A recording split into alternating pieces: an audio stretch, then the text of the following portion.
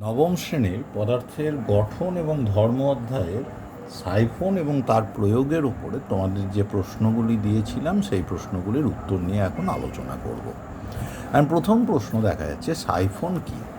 Siphon হলো এমন একটি ব্যবস্থা যে ব্যবস্থার সাহায্যে বায়ুর চাপকে কাজে লাগানো হয় এবং বায়ুর চাপকে কাজে লাগিয়ে পাত্রকে না নাড়াচাড়া করে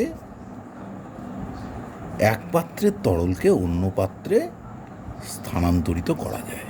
তাহলে কি করা হয়? বায়ুর চাপকে কাজে লাগিয়ে তরল স্থানান্তরিত করা হয় এক পাত্র থেকে অন্য পাত্রে, পাত্রকে নাড়াচাড়া না করে স্থানান্তরিত করা যায়, তরল স্থানান্তরিত করা যায়। এই ব্যবস্থাটাই হলো সাইফন। তাহলে সাইফন ক্রিয়ার শর্তগুলো কী কী? ধরো এটা হলো অপেক্ষাকৃত উপরে থাকা পাত্র আর এটা হলো নিচে থাকা পাত্র।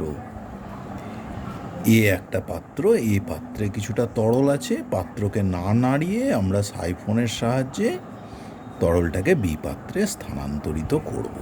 সেই জন্য একটা নল নিতে হবে।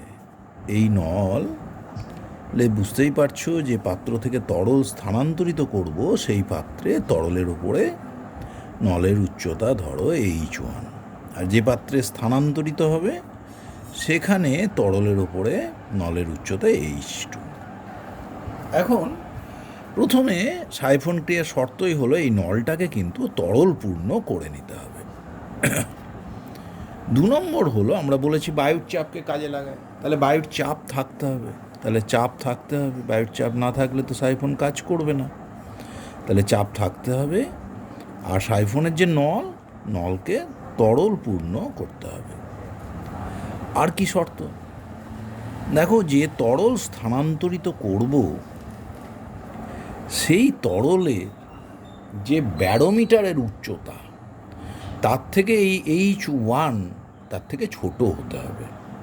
ধরো জল ব্যারোমিটার, তার উচ্চতা তোমরা জানো 10.33 মিটার। তাহলে H1-এর মান জল স্থানান্তরণের জন্য 10.33 মিটারের থেকে ছোট হতে হবে। নাহলে এই বায়ুর চাপে তো এই তরল নলের মধ্যে উঠছে, এটা এই মুখ পর্যন্ত, এই নলের ওপর পর্যন্ত এই তরল পৌঁছাবে না, তার ফলে সাইফনে তরল প্রবাহ কিন্তু হতে পারবে না। তাহলে ওই তরলের যে ব্যারোমিটারের উচ্চতা তার থেকে ছোট বাহুর উচ্চতা কম হতে হবে। এছাড়াও দেখো, সাইফনে তরল প্রবাহ কিন্তু নির্ভর করছে কিসের উপরে? আরেকটা শর্ত হলো H2 গ্রেটার দ্যান H1।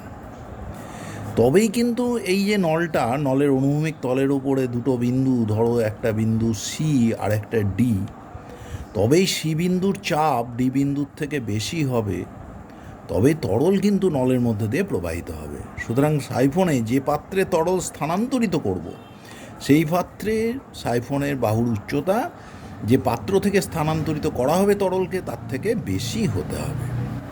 তাহলে প্রথম হলো নলটাকে তরল পূর্ণ করে নিতে হবে।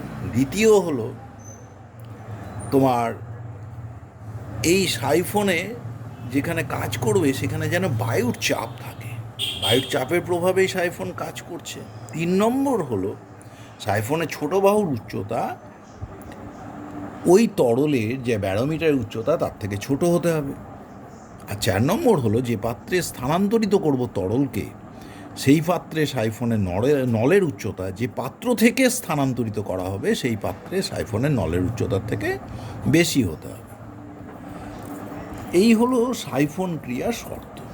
এবার বলছে বায়ুর চাপ বেড়ে গেলে সাইফনে তরল প্রবাহের বেগ কিভাবে প্রভাবিত হয়। দেখো, সাইফনে তরল প্রবাহের বেগ হয় v = √2g × H2 - H1।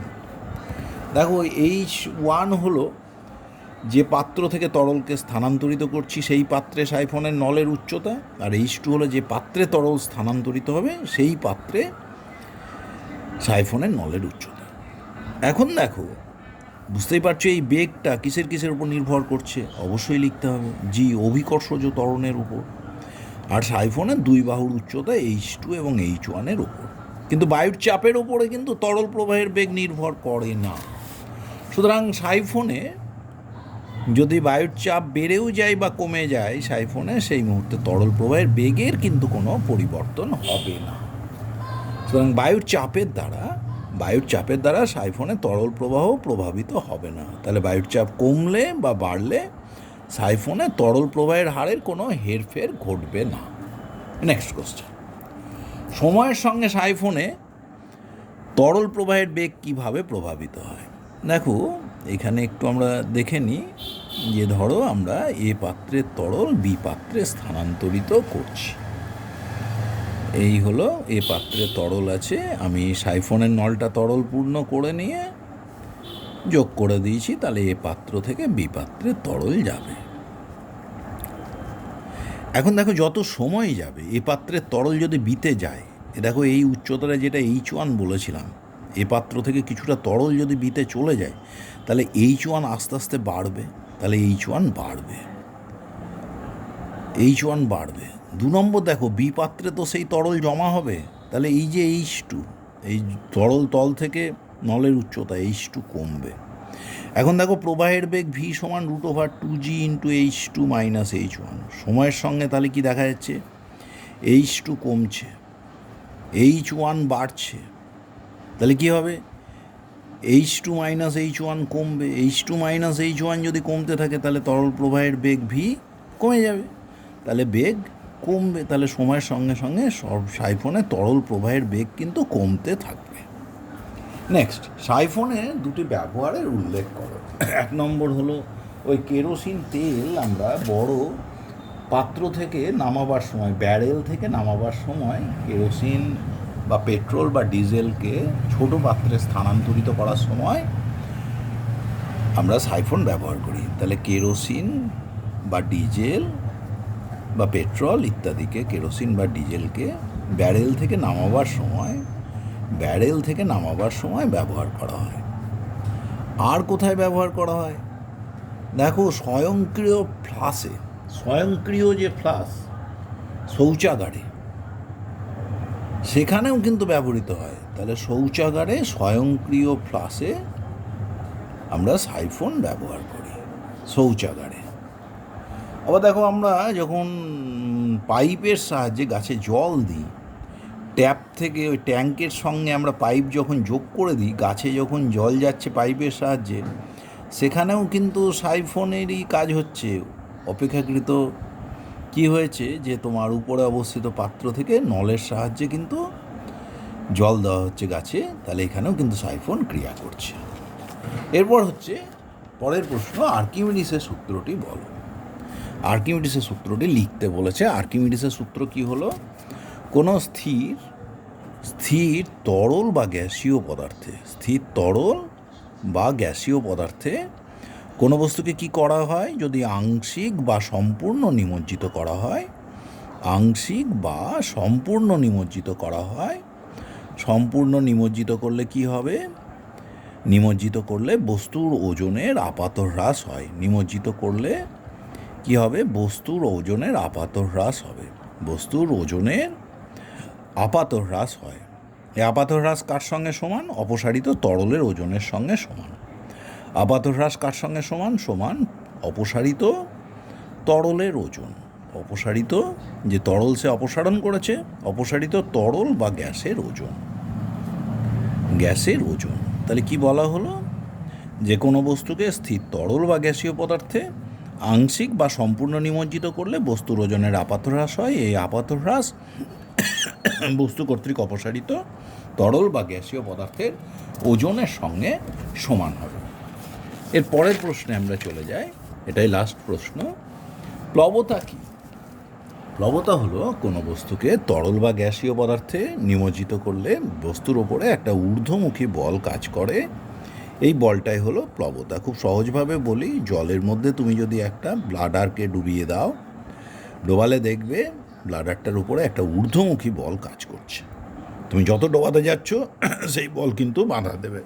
সেই রকমভাবে যে কোনো বস্তুকে তরল বা গ্যাসীয় পদার্থে কি করলে, আংশিক বা সম্পূর্ণ নিমজ্জিত করলে কি হয়, বস্তুর ওপরে একটা ঊর্ধ্বমুখী বল কাজ করে।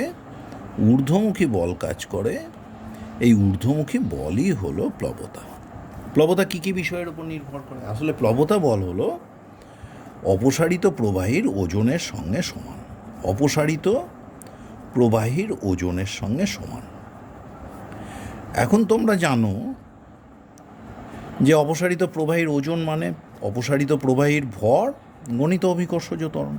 আবার প্রবাহের ভর কি করে পায়? তোমরা জানো ঘনত্ব ডি সমান ভর বাই আয়তন। তাহলে ভরকে কি করে পেতে পারি? আয়তনকে ঘনত্ব দিয়ে গুণ করে। তাহলে অপসারিত প্রবাহীর ওজন সমান সমান অপসারিত প্রবাহীর আয়তন, অপসারিত প্রবাহীর আয়তন, আর কি হলো? প্রবাহীর ঘনত্ব, প্রবাহীর আয়তন, গণিত কি হলো? প্রবাহীর ঘনত্ব, গণিত কি? অভিকর্ষজ ত্বরণ। তাহলে তিনটে বিষয়ের উপরে প্লবতা নির্ভর করে: অপসারিত প্রবাহী পদার্থের আয়তনের ওপরে, প্রবাহী পদার্থের ঘনত্বের ওপরে এবং অভিকর্ষজ ত্বরণের ওপরে। এখানেই আমাদের এই ক্লাসের আলোচনা শেষ করছি। এই প্রশ্নগুলো আবার আমাদের কমেন্টে দেওয়া থাকবে, কেউ ইচ্ছে করলে সেই প্রশ্নগুলি উত্তর করে এখান থেকে মিলিয়ে নিতে পারবে। এখানেই রাখছি। Thank you all.